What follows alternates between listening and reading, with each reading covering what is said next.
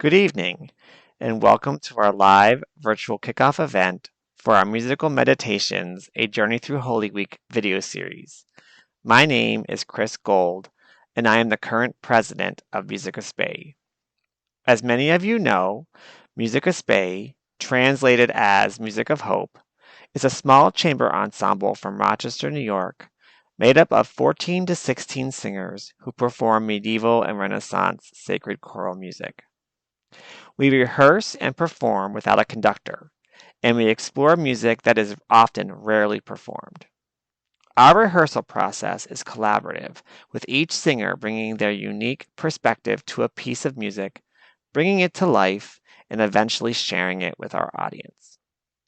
This collaborative process, although messy at times, allows each performance to be a unique and often emotionally satisfying experience for both the singers and the audience alike. We are currently celebrating our 25th anniversary season. As many of you know, we recently released our fourth and latest CD entitled Today is Born, which features pieces celebrating the Christmas holiday season. We still have copies available, and if you are interested in receiving yours, simply check out our website, www.musicaspei.org, to sign up. That web address will be available in the chat. In non-COVID years, the season of Lent, and Holy Week especially, allows for many performance opportunities for sacred medieval and Renaissance music. Since most composers at the time worked for the church, they set many texts for the Lenten season to music. Musica Spei traditionally performs a Good Friday concert at St. Anne Church and other Lenten performances at other area churches during this season. In fact, our last Lenten performance was right before the COVID shutdown in March 2020. As with many choral groups, we've had to find unique and creative ways to interact with and engage our audience during the pandemic. This musical meditation project unfolded originally through discussions on how we could collaborate with visual artists to provide a unique perspective on these pieces. Members of Musica Spei listened to our library of recordings over the past 6 years and carefully selected pieces that expressively represent the spirit of the season. We reached out to various artists in the community and began pairing the music with the artist's images. Each singer who volunteered to participate in this project worked with the images and sometimes the artist to create each meditation video. Tonight, we welcome some of those singers from Musica Spei and two of our collaborating artists, Lynette Blake and David Kotak, to discuss their process when creating their meditation videos. We will also show previews of some of the videos as part of the discussion. The videos will be available daily on our Facebook page as well as through email, if you subscribe to our email list. If you are already a subscriber to our general email list, you can update your subscription to receive the daily emails that start tomorrow through April 2nd at the link in the chat. The videos will also be linked on our website as they are released in the coming days. We are also recording this Zoom, and that link will be available on our website as well. For general housekeeping, please keep your volume on mute. You will have opportunities to ask questions or make comments throughout the evening.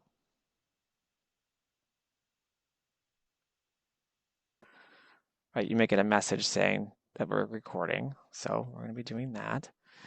And our first artist and singer are Joe Finetti and David Kotak, and they're going to discuss their process when creating their video.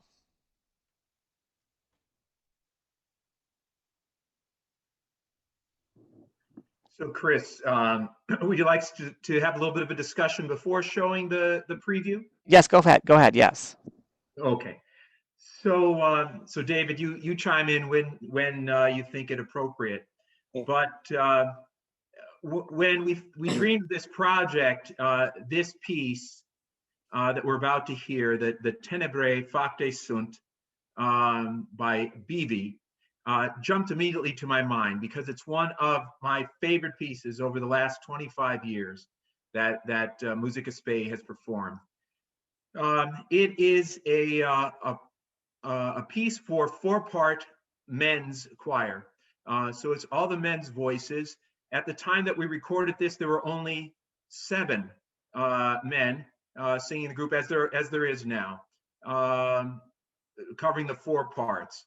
One of the wonderful things about this group is that we have been adventurers singing 7 and 8-part pieces with just 15 or 16 singers. And we have a wonderful sound with our women's group. We have, I think, a wonderful sound with our men's group. And of course, I think we have a great sound when the 15 or 16 of us are singing together.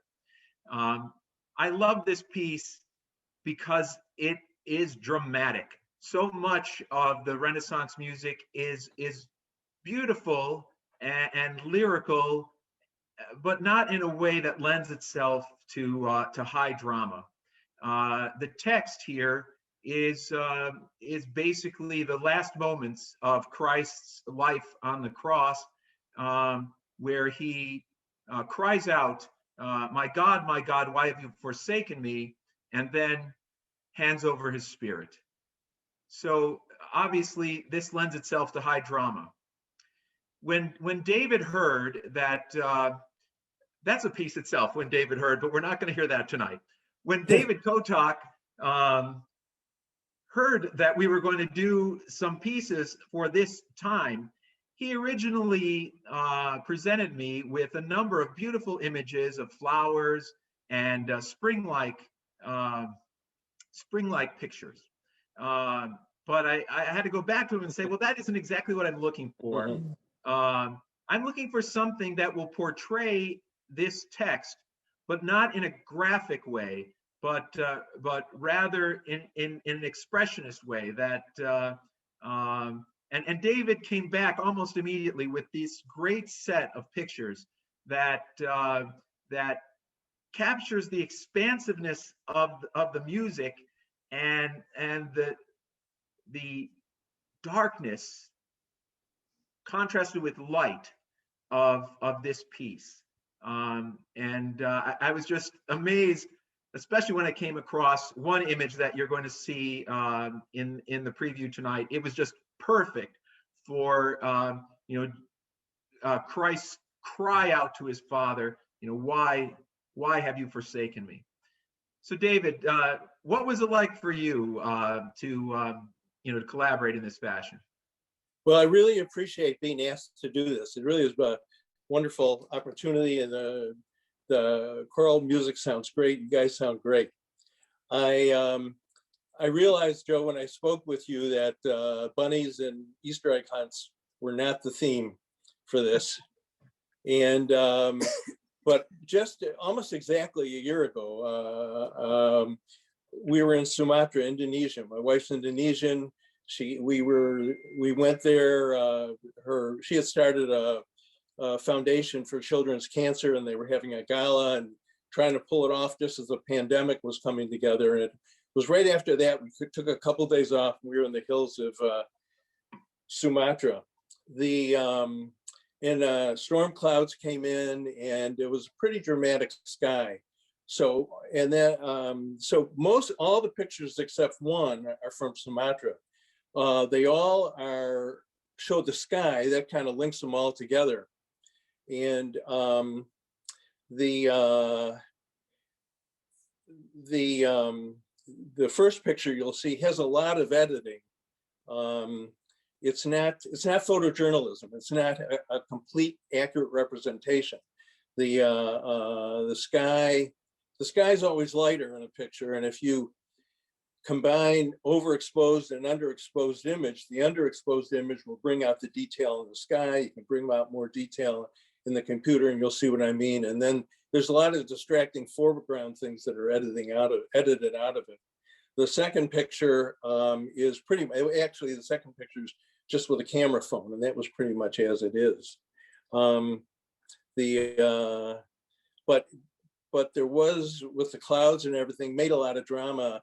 The other pictures that aren't coming through in the example tonight are in the hills and have some dramatic clouds. And tree lines and things. But Joe pulled it together. Like I said, every picture is the sky that links it all, and I think it goes well with the music. So maybe that's our chance to cue it up, Chris. Here we go. I'll cue it up right now.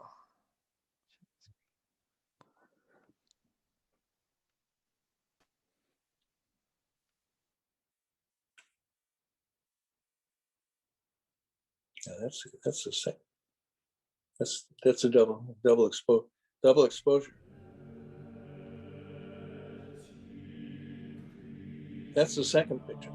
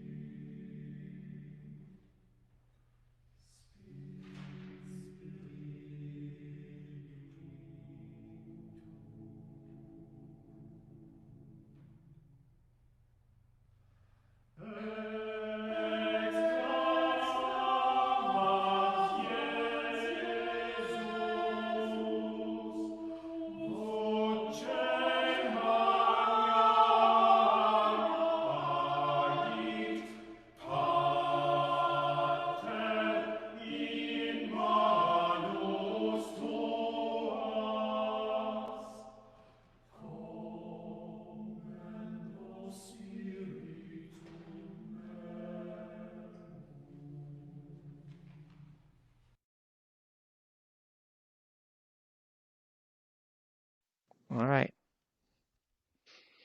Joe and David, any comments on that portion?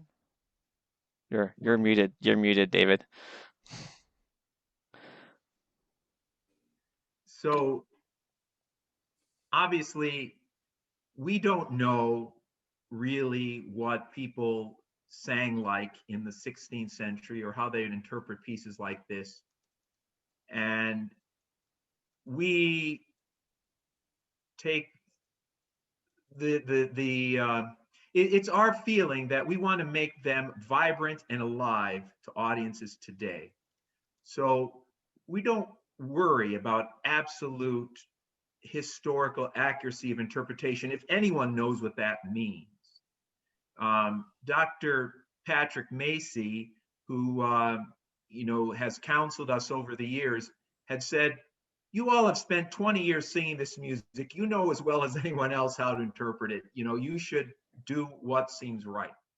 So if you ask about, is this an accurate historical interpretation?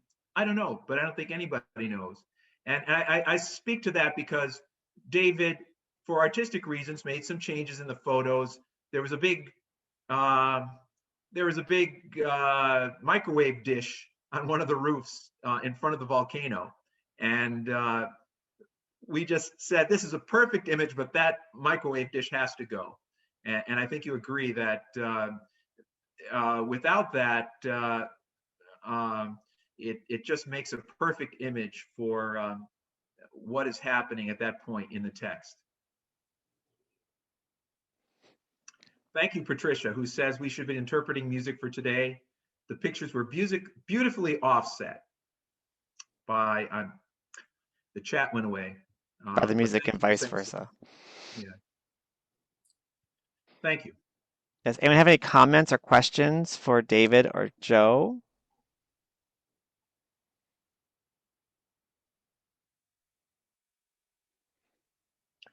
Well, thank you. I hope that you will. Which date is this going to be, out of curiosity? Just which day is Joe and David's video up? Thursday. That will be Thursday of Thursday. the week. On Friday, which of course is Good Friday, there is a somewhat extended piece of about 12 or 15 minutes long that Jeff Hart beautifully curated, with basically scenes from the Stations of the Cross, which he has taken from cultures all over the world.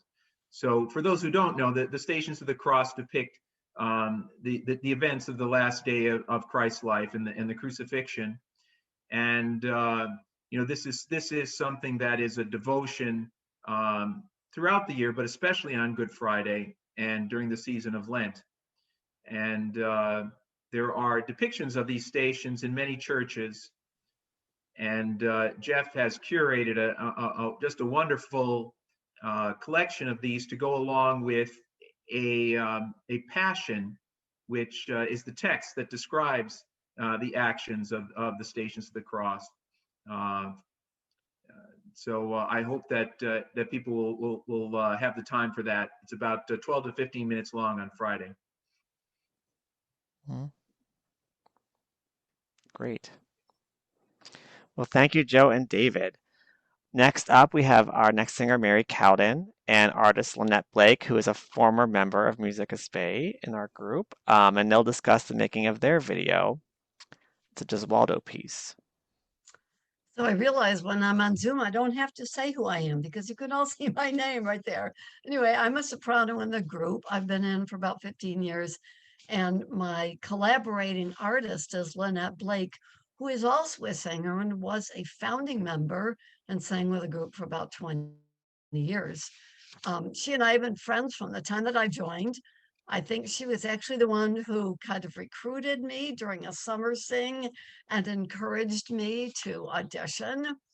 And you might be able to tell from our glasses that I've even been inspired by her wonderful glasses. A particular person in the city has. So why did I choose Lynette as my artist? First of all, I'm familiar with her paintings. In fact, I have one hanging in my hallway, which looks wonderful. That's actually in the video, although I'm not sure whether you see it in the excerpt that we do tonight. We did use one, actually, as a cover on one of our CDs. So this is also her work that we used for the cover of that CD.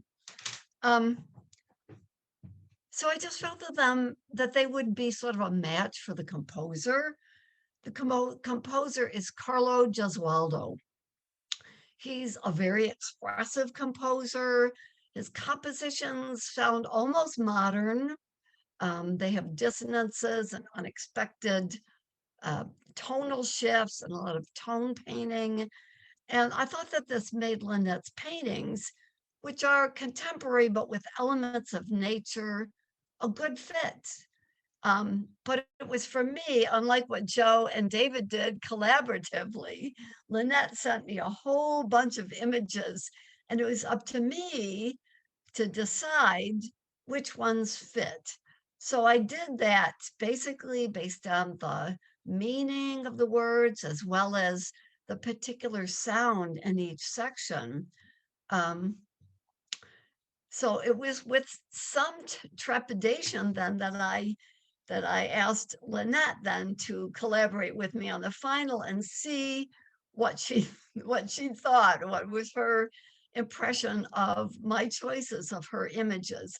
Lynette sang this music on the recording that we're playing, and so she's very familiar with the music and the words. So Lynette, so talk to us a little bit about your creative process, maybe comment on your reaction to my choices. Thanks, Mary.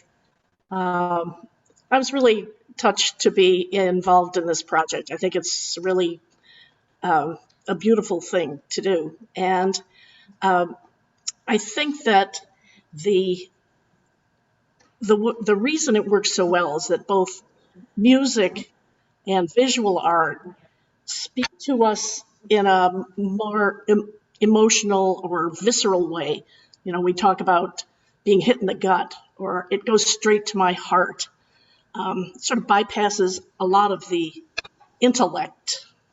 And so my paintings, I was trying to explore the fact that I felt there's mystery and spirit and a sense of the infinite that exists in all of reality. And just, we don't always see that. We have to imagine it more. Some of the paintings you'll see, there are objects, like I think you'll see one in the excerpt tonight has leaves in it. And those are in there as representations of how we interact with the world through our senses. You know, first contact, and there are geometric shapes, circles and lines and arcs, and those are there to express our intellectual understanding of our world and where we might fit in it. And then the sort of cloud-like, well, we refer to it here as the cosmic stuff at our house. That's the my way of bringing in that unknown, mysterious, spiritual expression that we use when we're trying to understand the whole big picture. And I guess that's about it. I thought Mary's choices were really good, and I didn't make her change anything. And we had a good time going over this and deciding what we were going to talk about and everything. And I think you'll get that hit you in the gut or go straight to your heart feeling when you hear this music. So just as a word about the music before we play it. As I said, he's very expressive. The section that you will hear is pardon me, the text is, "You will all flee, vos fugam capietis," and it's very agitated. You will all flee, and then followed by this beautiful kind of resigned feeling of, and I go to be sacrificed for you. Immolari, which is like burned at the stake, not technically, but sacrificed for you. And then that repeats at a higher pitch that just makes it that much more intense. So let's go ahead and play this and let you all see a little piece of what you will see. Mine is on Wednesday, so.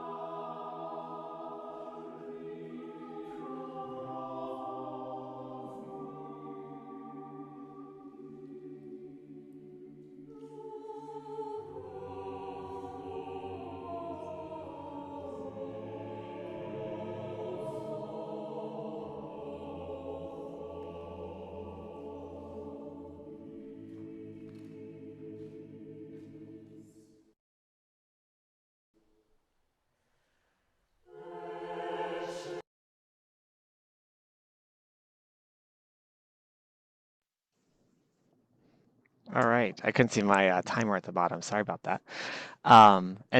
Thank you, Lynette and Mary. Any questions or comments from the audience?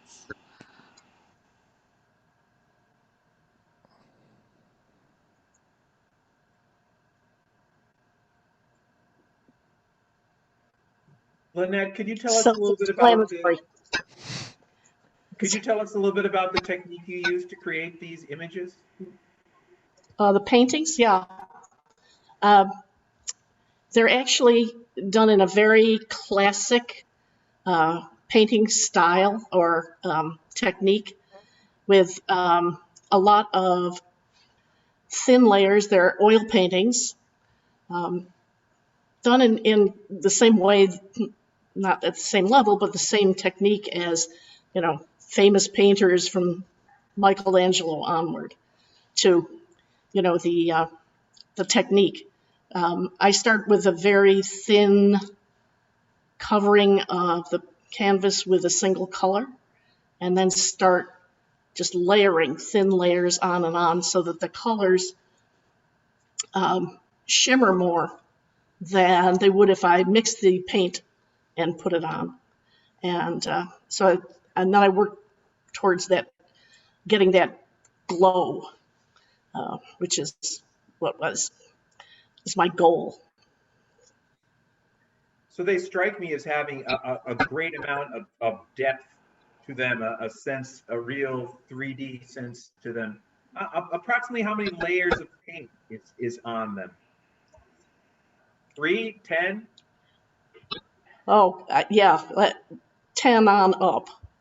And they're not completely covered every time, so the brushing on some over here and some up here and some over there, and then working in here the next time. But each time they need to dry at least overnight. So the paintings take a great deal of elapsed time, and which is actually, I think, good for me.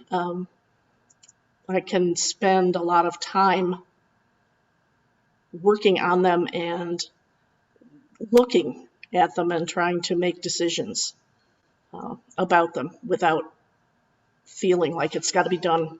Like doing the painting au plein air, people who do landscapes by painting right there in front of the trees and the mountains and trying to capture that, immediately, which I think is an absolutely amazing ability and not for me, apparently. I've gone a few times, my feet got too cold, and it just didn't seem, there were bugs in the paint. So I like my technique better. It strikes me that the fact that you have to return to it again and again is so fitting for this piece because of the way we work. We often have to return to Gesualdo again and again to get it right.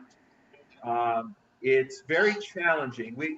Our group is of a level that we can often pick up a piece by Palestrina or Bird and read through it without any accompaniment and say, gosh, that sounds great. I mean, not ready for performance, but we have a really good idea of what it's going to sound like. But that's not the case with Gesualdo. We often are putting our heads back and forth. How are we going to get this right? And then have to practice very carefully the tuning of every chord in order to get it right. So you can be sure that 10 or 12 layers went into that piece. I was really happy to hear it. I had forgotten how evocative that particular section is. It was a great choice. Thank you.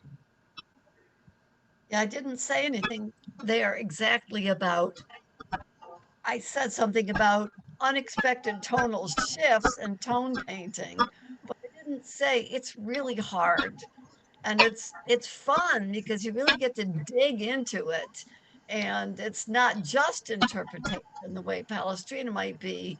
but really vetting notes and pitches and getting your vowel sounds together so that the pitches come out right. And it's probably, which ends up, by the way, being our favorite composer, just for that reason. It's fun and it's difficult. So I think you can hear that in the music. And like Joe said, it went well with the paintings as well, the depth of the paintings. One thing that I neglected to do is to give a shout out to the tenors in the piece that you heard before. It it is absolutely incredible to hear their high notes and that they were just so spot on. That also was not an easy piece to tune and to do. It's not quite the same challenge as Gesualdo, but the timbre of their tone in that piece just always, I can listen to it again and again. I'm always just awestruck by it. Well, and because we have two tenors who really can sing alto easily, then you hear that kind of a wailing up there that is just so moving. And I think that is Chris and Jeff Harp who are wailing up there on that like high A. It's wonderful. It's really good. It's very fun to sing, for sure. Thank you, Joe. Well, thank you for Mary and Lynette for that. That was wonderful. I'd like to introduce our videographer, Anthony Carter. He did a fantastic job putting these videos together and taking all of these pieces and making them so wonderful. Anthony, I invite you to say a few words about your experience with this project. Um, I can start with thanking Jeff Harp for coming to me and asking me in the first place if I'd be interested in doing this, and then I would like to secondly thank the whole group for giving me a chance to try this. I mean, I'm used to putting together videos like this, but not in Latin and different languages. So the challenge is listening to it over and over again. It gets in your head, and then you start second guessing yourself, and pretty soon you start realizing who's singing what, and you kind of get it, and you don't need the translation anymore. But it's been a process, an enjoyable process for me, and I've learned a lot. The group as a whole has been very cooperative with me and patient, as I've been with them. So it's been a collaboration of support and understanding. Um, a lot of emails back and forth. A lot of, does this look right to you? Does this sound good to you? It's fitting the paintings in the right style. Some are cropped vertically, some are horizontal. It's just finding the right balance there. So the whole process has been enlightening to me, as well as just rewarding and fun. I would say on average it takes me about a day, and a day for me is about 6 hours of editing time, but you can go crazy if you do too much.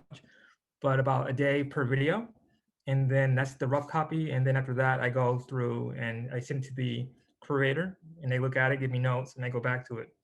So it's been a lot of back and forth, but a good way and a timely way, and not waiting hours and days to get information. But yeah, so I think we're all artists here in the video, not just me putting it together, but just performance and visuals coming together in a nice blend. Anthony, of course, we've never met Anthony, so it's so great to see any more than this little piece. But I'm not sure of the group who has had to have more patience. And I think it was probably you rather than us. Anthony, I'm just appearing briefly from work, but I want to, you made a comment to me that your children were singing along eventually and humming the music. I thought that was great. You have any thoughts about that? Well, I mean, this is my upstairs in my dining room area, and my editing suite is downstairs in the basement, right near their playroom. So it's only a matter of time before my kids are listening to what I'm editing, and they're subconsciously humming it or singing it or clapping to it. My sons, especially Sebastian and Taika, we call them human metronomes, because they, without realizing it, their feet, their limbs, their head, anything will start moving to the music they're listening to, and they don't realize it. When you ask them to do it on the spot, they'll freeze. But if you're watching them subtly, you'll see a slight movement in their finger, in their foot, in their head. So they're musically inclined early on.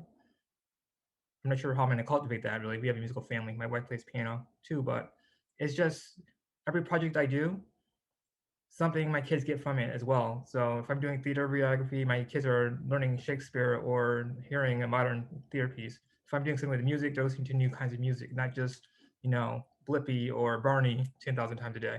So it's just everything I do, I try to get my kids involved in it, whether one way or another, they're going to hear it or see it. And that's exciting too, that they can get different kinds of music to experience. I mean, my son Taika was on my lap a moment ago earlier. You could see him bobbing up and down and watching everything. So I try to get them involved as much as possible and seeing what I'm doing and hearing what I'm doing. So yeah, he's 6 months old. So the teething is beginning, or started, I should say. It's already started.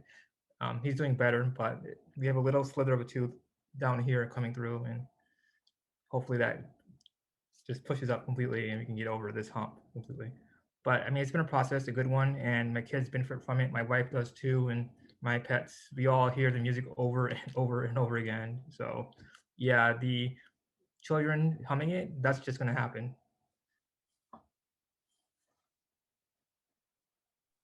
Before us, what was the last project you did, Anthony? What kind of music? Okay, so I did a JCC show. I think, see, James Taylor, and I'm forgetting names, but they were in the canyon in Arizona. They're doing a lot of music. So you have You Got a Friend.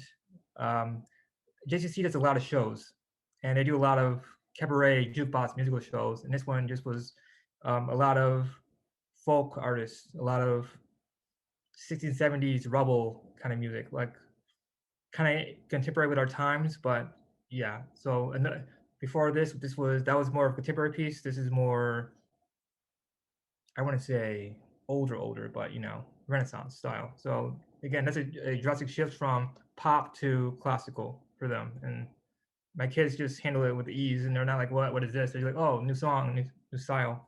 And you're okay with it. This was 16th century rebel music. I'm sure my kids when they're older are going to be thinking about this. I mean, I have music my parents listen to. I mean, Earth, Wind, and Fire, for example, my dad listened to that all throughout my childhood. He was playing on the bass, listening to it, singing it, and now that's all I listen to. And now my kids are listening to it. So it's only a matter of time before my daughter's walking around with her iPod or something, listening to the same kind of music that I'm working on right now. It's just everything comes back full circle. So I'm just waiting for it. So Anthony, you can tell your kids, if they're interested, that the thing that Gesualdo is famous for is that he found his wife in bed with another man and he killed him and her. So he's quite infamous. And of course, he had a lot of power, so nothing happened. I don't know. He moved over to the next town and, he was a prince.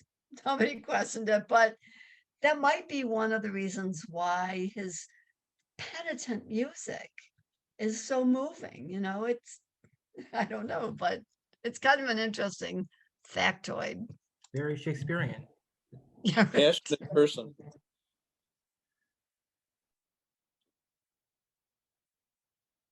Right. Well, thank you so much, Anthony. That was great. So I'd like to open up the forum for any questions or comments. We have a couple other singers on who curated videos. I know Heather is here, so you can ask questions to her. Heather, what piece did you curate?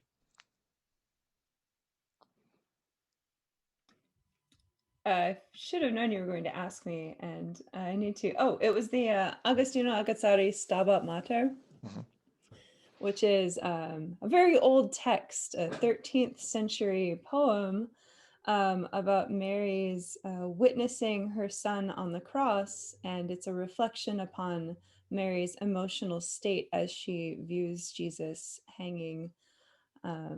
It's a very poignant scene, and the music.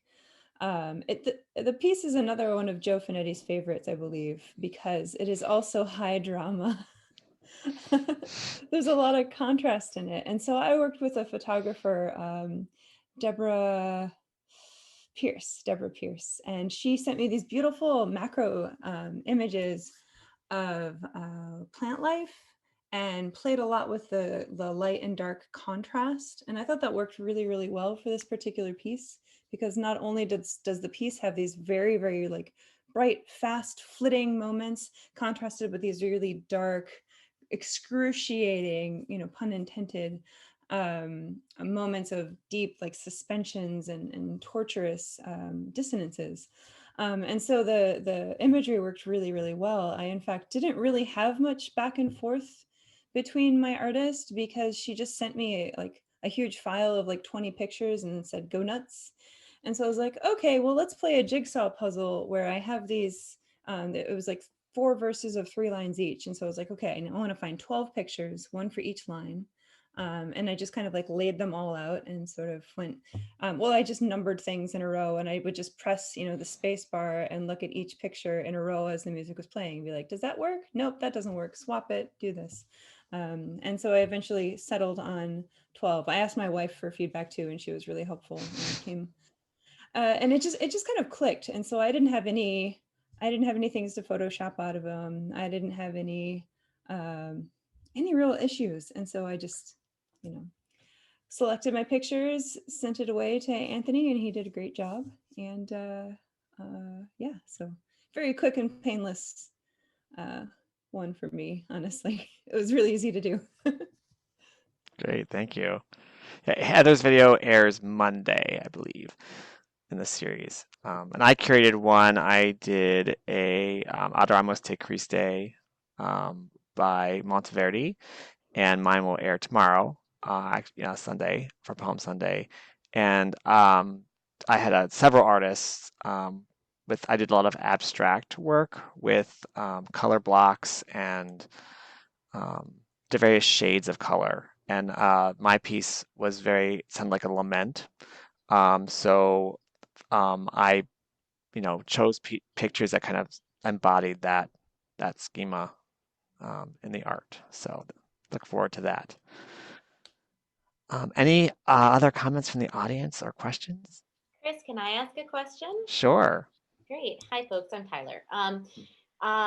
So I think especially as you are speaking about, especially for those of you as participants who chose to work with pieces that maybe were more abstract or really didn't kind of lean towards specifically religious iconography, kind of what strikes me is that I would love to hear any of you who have been really intimately involved in this talk a little bit more about how this series is both sort of a set of offerings that could play a part in an individual person's journey through their own personal worship experience, but also how this set of pieces could play a role in someone's life, even if that's not a big part of what they're doing in the coming week, if they're just kind of here to float on through this week at the end of March, beginning of April 2021.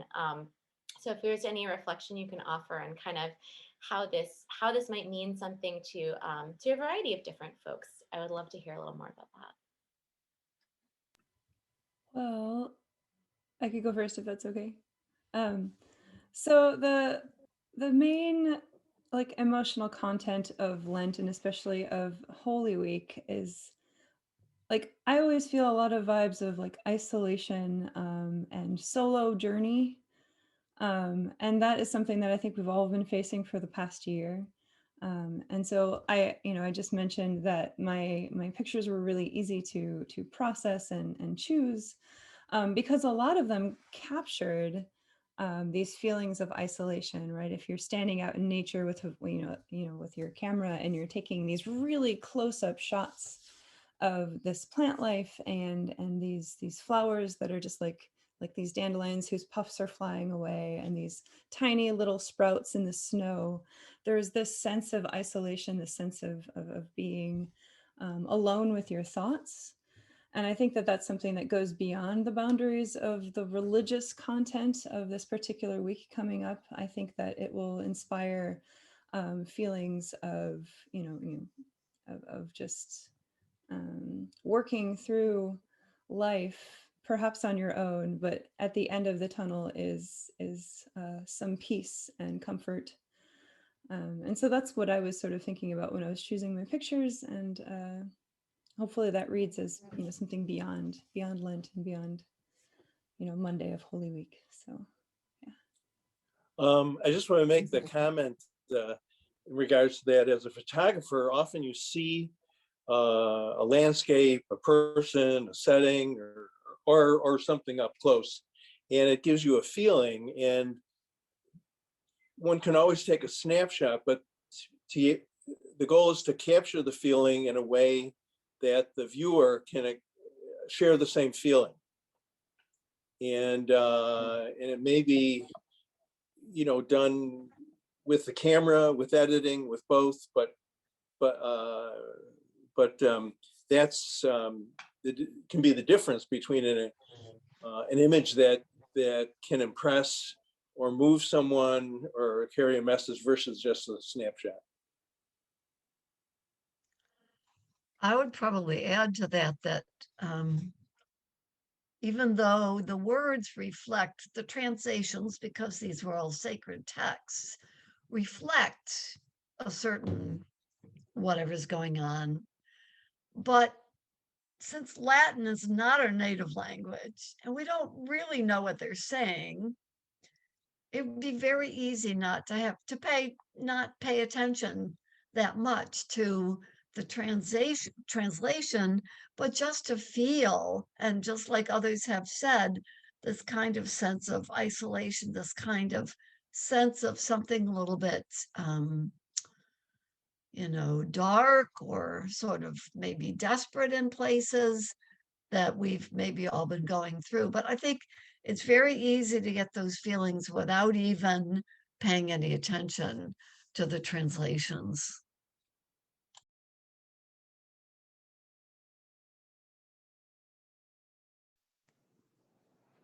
Great. All right. That was a great question. Thank you for asking that. Other questions or comments? Just a quick question, Chris. What are you doing each evening, and what kinds of artists do you have? So each videos will start being released tomorrow, Sunday, Palm Sunday. So the first one will be emailed out if you subscribed early Sunday morning, and it'll be available all week and beyond on our YouTube channel and through our website and on Facebook, so you can always see them. But I know I can tell you that some of the artists involved were, you know, painters, photographers. We have a sand mandala artist, which I'm going to show a clip to end tonight of her work. She's actually making it live in the piece. It's the one that Julie Elliott curated.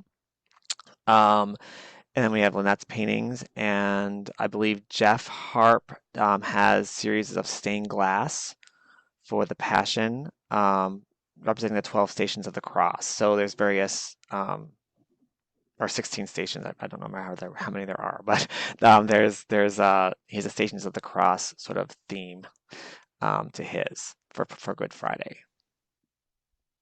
And they'll all be released every day. So.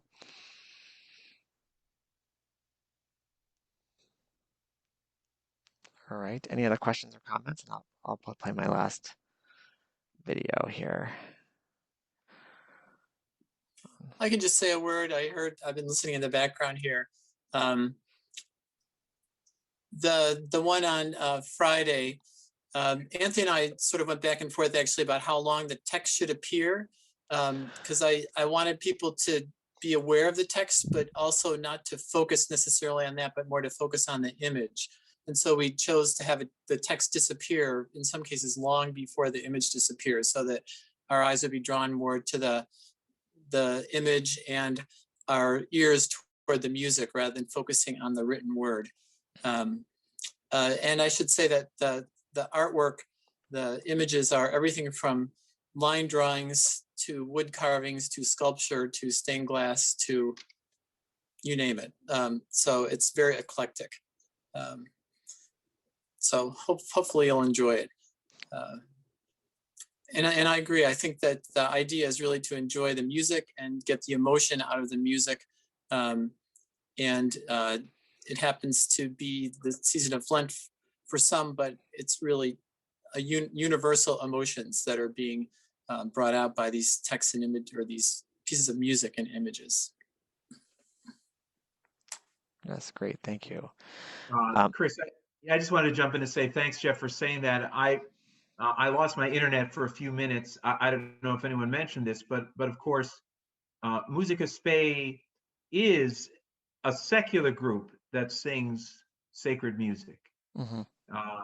You know, many of us are believers or follow a religious tradition of some sort or another, but by no means are we necessarily Catholic or Christian or you know, necessary believers at all. But we all feel the emotion in this music, and we all see the beauty and hear the beauty in this music, which is what brings us together. So I think it's appropriate for us to have these very religious texts, while at the same time attempting to pull in artwork that would allow anybody to understand the emotional content, because that's what we've tried to do for 25 years. So this is really right in our groove, if you will. So those I see names of people who have supported us for a number of years, and I see the names of new friends. And I want to thank everyone who came here tonight to listen to us, and I hope that there'll be people listening over the course of the weekend, and perhaps a few more beyond those who have joined us tonight. Thanks. Great. So I will play the last video, parts of the last video to close. It was curated by Julie Elliott, and the artist was Reverend Katie Jo Sotheby, who creates sand mandalas. And the piece is Timor a Tremor by Orlando Di Lasso.